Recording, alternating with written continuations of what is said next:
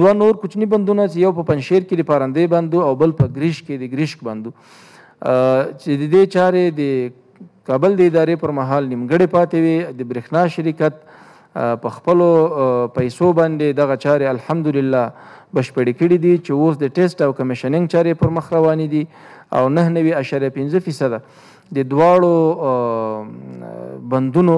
چې 6 میگا واټ او 4.5 میگا واټه ظرفیتونه لري او په دې باندې به تقریبا موږ 10,000 کورنیو ته برېښنا ورسو. چارې بشپړې شوي چې په نږدې راتلونکي کې به دا هم افتتاح شي. د دې ترڅنګ مونږ کوښښ شروع کړی چې د هیواد په سطحه هغو ولسوالیو ته چې په 6 کیلو ولټ لاین کې دوی ته برق ورکول سوی هغه 6 کیلو ولټ ته واړو. د معلومه خبر ده چې دا به زیاتو پیسو ته اړتیا لري خو برېښنا شرکت دغه مسؤلیت خپل بللی او اوس عملا په ننګرهار کې په مزار کې په نورو لویو ولایتونو کوچنیو ولایتونو کې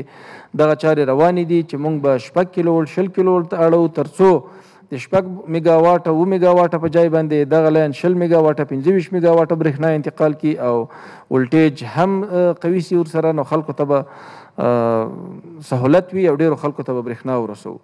د دې ترڅنګ په ننګرهار کې موږ او تاسو ډېرې ستونزې د ولټیج اوس هم لرو او مخکې مو هم درلودې. د دغه ولټیج د کمیدو په خاطر باندې موږ غواړو چې د البته په همیشه بهار سب سټیشن د ننګرهار کې مونږ هلته یو لړ تخنیکي تغییرات افتتاح کړل چې 70 میلیون افغانۍ تقریبا په هغه باندې مصارف راځي او عملا چارې روانې دي. په راتلونکي 4-5 میاشتو کې بشپړېږي او بیا به په ننګرهار کې د ولټیج ستونزه انشاءالله سې نه وي.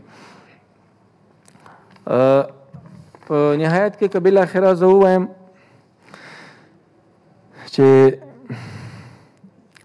د تورخم کې نه قدرمن مولوي صاحب یادونه وکړه. هلته تاسو پوهېږئ چې 4.5 کورنیو مهاجرینو لپاره خیمې لګېدلي او په هغه ځای کې د برق شبکه موجوده نه وه. د برېښنا شرکت قدرمنو انجینر صاحبانو او ټیمونو وکولی سوی چې په 5 ورځو 5 شپو کې 4.5 کورنیو ته برېښنا ورسوي او هلته پایې شبکه برق تر ساکت تر هر څه پورې نصب شول. او د دې ترڅنګ اوس دلته په کابل کې چې کومه د مهاجرینو په خاطر چې له ایران نه اکثره را روان دي او یو تمځای ورته جوړ شوی ده په اسګار پایتخت کې او هغه ساحه بې برقه وله. تقریبا په 3 ورځو کې هغې ساحې ته موږ ترانسفرمر نصب کړ برقي شبکه مو ورته ورسوله او هغه ساحه له برق څخه برخمنه شوله.